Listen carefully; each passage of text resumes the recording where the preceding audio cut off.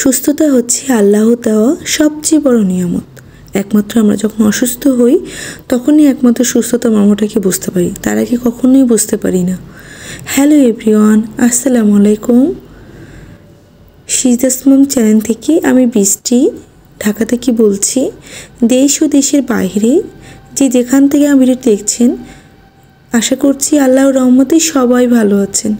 আলহামদুলিল্লাহ, আপনাদের দোয়া ও ভালোবাসায় আমিও ভালো আছি। তবে আমার পরিবারের সদস্য, আমার ফুপা শ্বশুর অসুস্থ।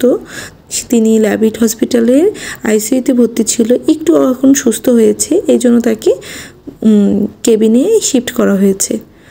আমার ফুপা শ্বশুরের জন্য আর আমার ফুপা শ্বশুরের পাশে যারা আছে পরিবারের সদস্য, তাদের জন্য আমার বাসা থেকে কিছু খাবার পাঠাবো। এই জন্যে আমি সকালে নাস্তা করেছি, নাস্তা করে দুপুরের আয়োজনে নেমে পড়েছি। তাদেরকে দুপুরে খাবার দেওয়া হবে আমার বাসা থেকে। এখানে ফুপা শ্বশুরের জন্য প্রথমেই কবিতরের মাংস রান্না করে নিচ্ছি।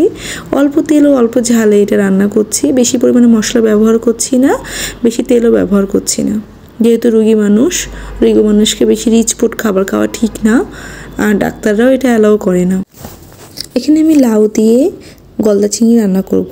গলদা চিংড়িকে মশলা দিয়ে ভালোভাবে কষিয়ে নিয়েছি। এখানে কোনো আমি শুকনো মরিচের গুঁড়ো ব্যবহার করিনি, কাঁচামরিচ দিয়ে পুরোটা রান্না করছি। যা যা মশলা লাগে, সাধারণত মাছে যে মশলাগুলো আমরা দিই না, সেরকমই মশলা দিয়েছি। আর এখানে আমি অফ ক্যামেরায় কি লাউটাকে কুচি কুচি করে কেটে নিয়েছি, সেই মশলা দিয়ে কি লাউটাকে ভালো করে কষিয়ে নিচ্ছি। কষিয়ে নিয়ে এখানে আমি কোনো পানি ব্যবহার করছি না এক্সট্রা।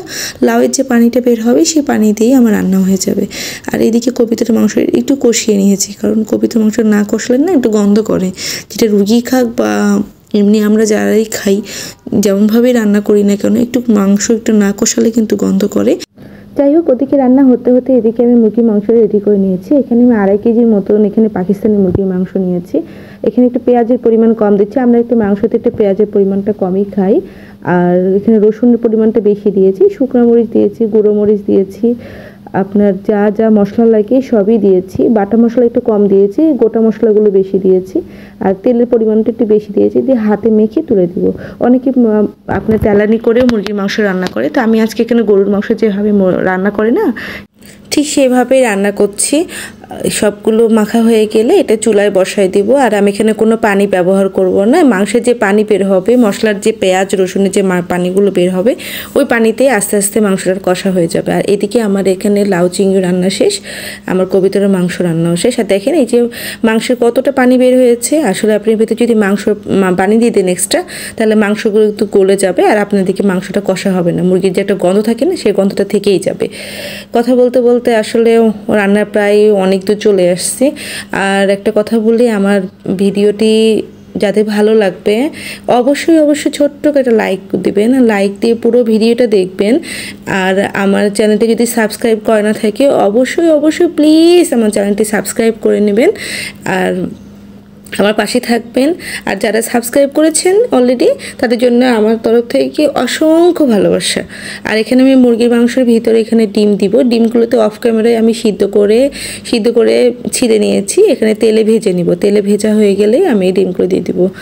আমার ফুপা শ্বশুর অসুস্থ, ফুপা শ্বশুরের জন্য সবাই দোয়া করবেন। আসলে পরিবারের মানুষের জন্য কিছু করতে পারলে না খুব ভালো লাগে, এটা মানসিক একরকম শান্তি। আর আমার ছোট বাচ্চা নিয়ে যদিও আমার রান্নাবান্না করা খুবই কষ্টকর হয়ে যায়, বাচ্চাকে সামলানো, ঘর সামলানো, আমার যেহেতু কোনো হেল্পিং হ্যান্ড নাই, নিজেই সব কাজ করতে হয়, নিজে বাজার করতে হয়, A to Z সংসারের কাজটা আমাকেই করতে হয়। একটু আমার জন্য কষ্টকর হয়ে যায়, কিন্তু তারপরও কিছু মানুষের জন্য কিছু করতে পারলে অনেক ভালো লাগে।